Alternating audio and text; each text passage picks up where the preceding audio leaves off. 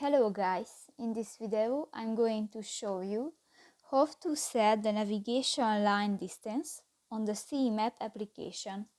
But first of all, I just want to mention, please don't forget to subscribe to our channel, because at 100,000 subscribers we are going to show you our YouTube revenue statistics and growth strategy, how to make money online.